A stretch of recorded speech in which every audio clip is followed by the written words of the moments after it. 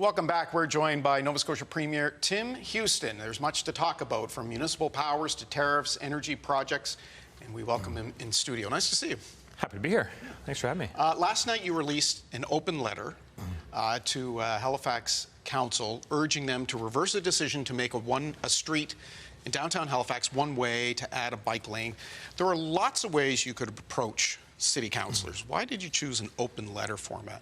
We've been trying to get through to them, but I mean, look, traffic is an issue in Halifax and lots of places for sure. I mean, everyone who lives here and anyone who visits the city knows that traffic is an issue. So I think the only, my concern, I guess, is that the only people who don't realize that traffic is an issue is members of the Halifax Council, and they're making these decisions, the Moore Street decision to turn a really important street into a one-way street so they can make room for more bicycle lanes. This is at risk of public safety. This is a route to the hospitals.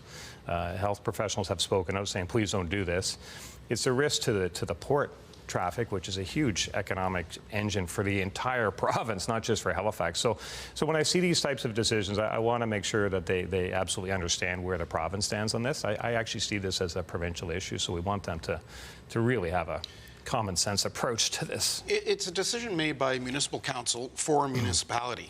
Shouldn't that stand? It's a decision made that impacts Nova Scotians, and particularly, I mean, when you think about that, the importance of that street for access to healthcare. You know, EMC, who runs the ambulance system in the province, said that they did over 20,000 calls that required them to use that street. So when you make it a one-way street, you put some of that at risk as well. So that's a public safety part that we can't just look away from.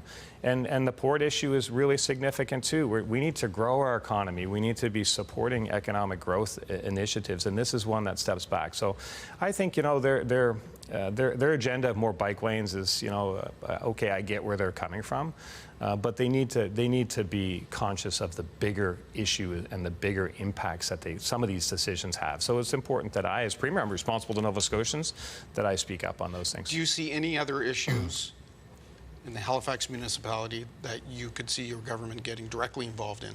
Well, I mean, obviously, when you think about the provincial issues, I mean, we have a great province. There's lots good happening in the province, lots good happening in the city. But of course, we have challenges still in housing. You know, so when we talk to the municipality, we've been trying to work with them on housing, more residential housing, more housing opportunities, more affordable housing. So these are things we're focused on. Obviously, healthcare is big too. So, but that's under our purview. But the things we work on together, I mean, just the movement of people, the movement of goods, you know, the housing stock needs. These are really important issues to all Nova Scotians, and this is the biggest city in our province. It's important to everyone. So that leads into the question of strong mayor powers. There's been a lot of debate about this. Where does that stand with your government? Do you see your government bringing that in? And if so, does that affect beyond Halifax municipality? Would that then sort of cover every municipality in the province? It's a discussion. We're looking at it for sure, and I think when you kind of step back and you think that the mayor of a municipality, that's the only person that everyone votes on.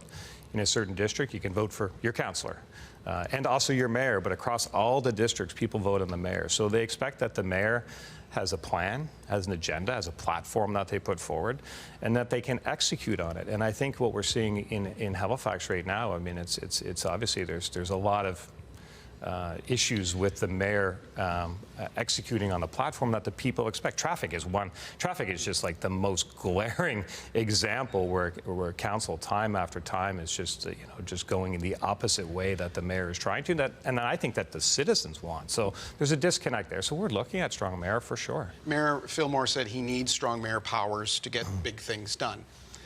The previous council got big things done. Cogswell Exchange, it guided the city through the pandemic. Is this merely a case of a mayor and a council that don't get along, and should they not figure that out on their own? Isn't that politics? I think it's politics, but for me, I'm trying to to look above that and just say, do the people who have responsibility for making decisions have the tools that they need?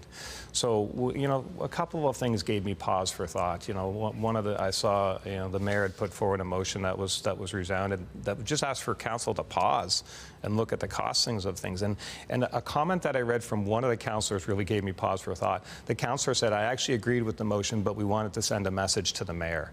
Well, we need to be able to rise above that and put people first. This is about people. Politics is about people, and we can't let agendas and, you know, personal conflict have a negative impact on people. So we're looking at all these things. We're having discussions, but I think just having people having the tools to do their job, whether that's the mayor, whether that's the premier and the government, whether it's, you know, somebody working a job wherever in the province, you need to be able to, if you have responsibility and are accountable for decisions, then you should have the tools to do it. So it's a discussion. Okay, let's move on to tariffs. Nova Scotia was given an A in a recent report for cutting interprovincial trade barriers. A lot of other provinces didn't score nearly as well. It's great that Nova Scotia is doing that.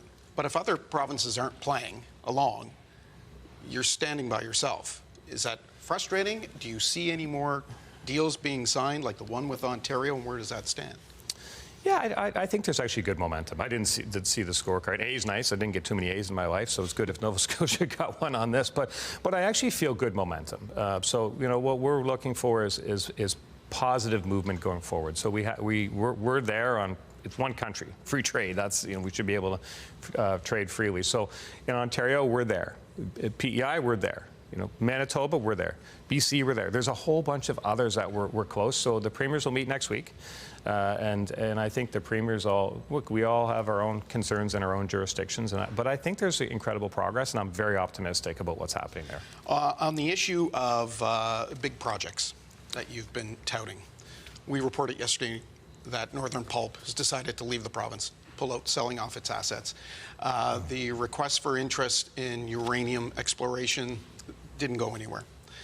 Are you concerned that industry doesn't see Nova Scotia as a viable province, that it's deemed too risky?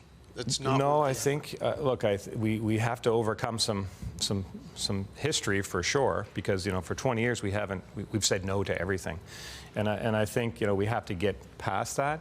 We have incredible opportunities in the mining space. We have incredible opportunities in the forest space. The wind, the offshore wind is. I'm incredibly excited about what's possible in offshore wind. So are others. So it's a process. You know, the Northern Pulp decision. You know, I would like to see a pulp mill in this province, and there are others. You know, so we're not totally giving up. Have others expressed interest? There's lots of, you know, we call them tire kickers or whatever, but we have a strong forestry sector. We have lots of opportunity to have a strong forestry sector. So we're still, you know, the whole natural resources thing, but we need to develop some of these projects. We just can't stay where we're at. Okay, so you mentioned wind energy in particular. And I know that you've mentioned in the past that you'd like to see a cable either overseas or to the west of Canada delivering electricity generated by wind. When could we see those turbines in the water offshore? A couple of years, but so it's a step process. So I think, you know, we're having discussions with the federal government about, you know, some alignment and some support on getting a cable, so we can produce energy offshore. But you can't produce it if you can't sell it or there's not a need for it. So in Nova Scotia, we use about 2 gigawatts a year. We could produce 40 offshore.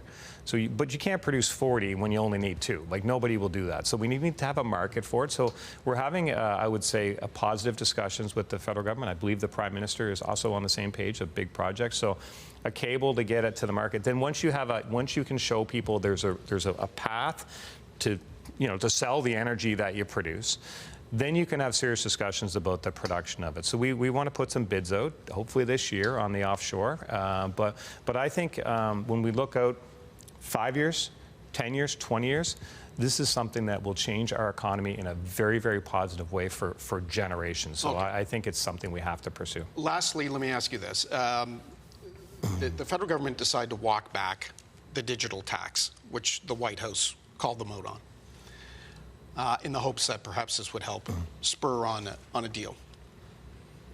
Canada gets a letter that's saying expect 35% tariffs. Was that a misstep to remove that digital tax, because it clearly didn't seem to have any impact on getting Canada a better deal? And how do you feel about negotiations? Do you think there will be a deal by August 1st? I have great confidence in the Prime Minister and the team there. I would say that from the outset. I think they have the best shot of getting a deal, but they're dealing with somebody that's difficult to deal with. Changes their mind a lot, and is actually instituting policies that are punitive to Canada and to others, but are also illegal. So you have to understand, it takes two to tango. So he's in a difficult situation. There's no question, but I have great confidence in his abilities and some of the steps that he's taken to unwind, like the carbon tax, like the digital. I think these are good things that are necessary. So, you know, my dad used to say there's nothing so bad that something good doesn't come of it. And, you know, the actions of the president are forcing us to look inside our country at what is possible. And in the fullness of time, I think that will have shown to be a good thing. But we still want a relationship with the Americans, and we'll get there. All right. Premier, thank you for coming in today. Appreciate it. Thanks for having me. I appreciate it. That's the Premier of Nova Scotia, Tim Houston. We'll take a break. We'll be right back.